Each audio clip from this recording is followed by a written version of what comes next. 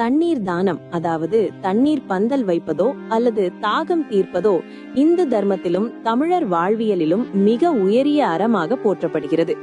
யாவர்க்கும் ஒரு பிடி புல்லும் ஒரு பானை நீரும் அளிப்பதே சிறந்த அறம் என்கிறது திருமந்திரம். தண்ணீர் தானம் செய்வதால் கிடைக்கும் முக்கியமான பலன்கள் இதோ. 1. பாவ விமோசனம். ஒருவரின் அறியாமையால் செய்த பாவங்கள் மற்றும் முன்னோர்களின் சாபங்கள் தண்ணீர் தானம் செய்வதன் மூலம் நீங்கும் என சாஸ்திரங்கள் கூறுகின்றன.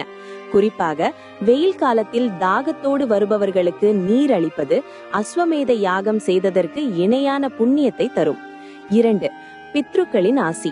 முன்னோர்களுக்கு தாகம் எடுக்கும் போது நாம் செய்யும் இந்த தானம் அவர்களை குளிர்விக்கும். இதனால் குடும்பத்தில் தடைப்பட்ட சுப காரியங்கள் தடையின்றி நடக்கும்.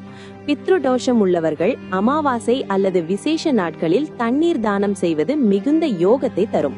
3. மன அமைதி மற்றும் ஆரோக்கியம். தானத்தில் சிறந்த தானம் நிதானம் என்பார்கள். ஆனால் உயிர் காக்கும் தானம் தண்ணீர்.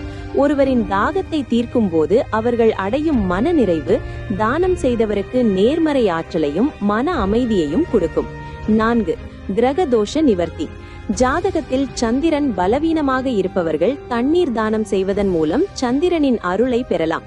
இது மன தெளிவையும் தாய் வழி உறவுகளிடம் சுமூகமான போக்கை